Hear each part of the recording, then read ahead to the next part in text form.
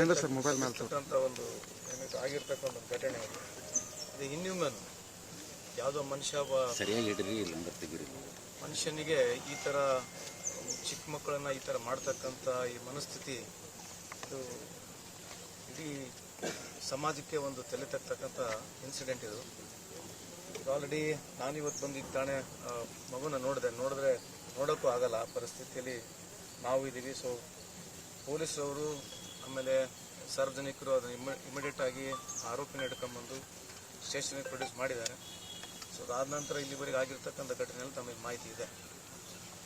ಅವನು ಮಾದಕ ವಸ್ತುಗಳು ಮಾಡಿದ್ದಾನೆ ಒಂದು ಆರೋಪ ಇದೆ. ಅಂದರೆ ಒಂದು ಸೈಕೋ ರೀತಿಯಲ್ಲಿ ವರ್ತನೆ ಮಾಡ್ತಾ ಇದೆ ಅಂತ ಸ್ಥಳೀಯರು ಹೇಳ್ತಾರೆ. ಅಂದರೆ ಈ ಥರದ ಮಾದಕ ವಸ್ತುಗಳು ಸ್ವಲ್ಪ ಜಾಸ್ತಿ ಇರೋ ಕಾರಣಕ್ಕೆ ಅಪರಾಧ ಕೃತ್ಯಗಳು ಸಹ ಹೆಚ್ಚಾಗ್ತದೆ.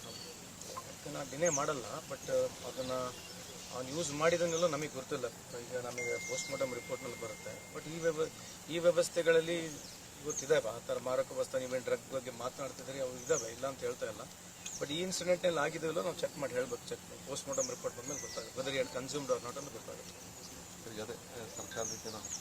ಅಲ್ಲ, ಮಾನ್ಯ ಮುಖ್ಯಮಂತ್ರಿಯವರು ನಿನ್ನೆ ತಾನೇ ನಮ್ಮ ಸಲೀಂ ಅಹಮದ್ ಅವರು ಇಲ್ಲಿ ಬಂದು ಹೇಳಿದ್ದಾರೆ 10 ಲಕ್ಷ ರೂಪಾಯಿವರೆಗೆ ಸನ್ಮಾನ್ಯ ಮುಖ್ಯಮಂತ್ರಿಯವರು ಸರ್ಕಾರ ಕೊಡ್ತಂತ ಹೇಳಿದ್ದಾರೆ. ಇನ್ನೂ ಹೆಚ್ಚಿನ ಅನುದಾನಕ್ಕೆ ನಾನು ಮಾನ್ಯ ಮುಖ್ಯಮಂತ್ರಿಯವ್ರ ಜೊತೆ ಕೂಡ ಮಾತನಾಡ್ತೀನಿ. ಜಮೀರ್ ಅಹಮದ್ ಖಾನ್ ಅವರು ಕೂಡ ಒಂದು ಮನೆ ಕೊಡ್ತೀವಿ ಅಂತ ಹೇಳಿದ್ದಾರೆ. ಇದೆಲ್ಲರಿಗಿಂತ ಹೆಚ್ಚಾಗಿ ಒಂದು ಸೋಷಿಯಲ್ ರೆಸ್ಪಾನ್ಸಿಬಿಲಿಟಿ ಕೂಡ ಇದೇನೋ ನಾವೇನೋ ಕಾಟಾಚಾರಕ್ಕೆ ನಾವು ತಪ್ಸ್ಕೊಂಡು ಹೋಗ್ಬೇಕಂತ ಹೇಳ್ತಲ್ಲ, ಇದಕ್ಕೊಂದು ಸೋಷಿಯಲ್ ರೆಸ್ಪಾನ್ಸಿಬಿಲಿಟಿ ಕೂಡ ಬೇಕು. ಸೊ ಹಂಗಾಗಿ ಸಾರ್ವಜನಿಕರು ಇಂಥ ಒಂದು ಇನ್ಸಿಡೆಂಟ್ಗಳಾದ ನಂತರ ನಾವು ಕೂಡ ಸ್ವಲ್ಪ ಹೆಚ್ಚು ಮಾಡಬೇಕು. ಆಮೇಲೆ ಎಲ್ಲೆಲ್ಲಿ ಈ ಥರ ರಿಮೋಟ್ ಪ್ಲೇಸಸ್ಗಳಿದ್ದಾವೆ, ಪೊಲೀಸ್ ಇಲಾಖೆಯವರು ಕೂಡ ಹೆಚ್ಚಿನ ಗಮನವನ್ನು ವಹಿಸ್ತೀವಿ. ನಾವು ಇನ್ನು ಮುಂದುಗಡೆ ಕ್ಯಾಮ್ರಾ ಕೂಡ ಇಲ್ಲ, ಕೆಲವು ಜಾಗದಲ್ಲಿ ಇಲ್ದಿರಂತಲ್ಲಿ ಕ್ಯಾಮ್ರಾಗಳನ್ನ ಅಳವಡಿಸ್ತೀವಿ.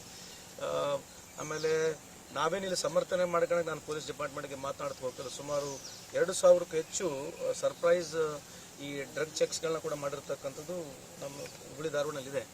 ಸೊ ಈ ಇನ್ಸಿಡೆಂಟ್ ಆಗಿರ್ತಕ್ಕಂಥದ್ದು ನಿಜಕ್ಕೂ ಇದು ಇನ್ಹ್ಯೂಮನ್ ಇನ್ಸಿಡೆಂಟು. ಇನ್ಯಾನೋ ಮೆಂಟಲಿ ಸಿಕ್ ಇಂಥ ಮಾಡ್ತಕ್ಕಂಥದ್ದು ಸಾಧ್ಯತೆ ಇದೆ ಅಂತ ನಾನು ಭಾವಿಸ್ತೀನಿ. ತಾಜಾ ಸುದ್ದಿಗಾಗಿ MTV ನ್ಯೂಸ್ 24/7ಗೆ ಸಬ್ಸ್ಕ್ರೈಬ್ ಮಾಡಿ ಮತ್ತು ಬೆಲ್ ಐಕಾನ್ ಅನ್ನು ಒತ್ತಿ. ತಪ್ಪದೇ ಲಿಂಕ್ ಶೇರ್ ಮಾಡಿ.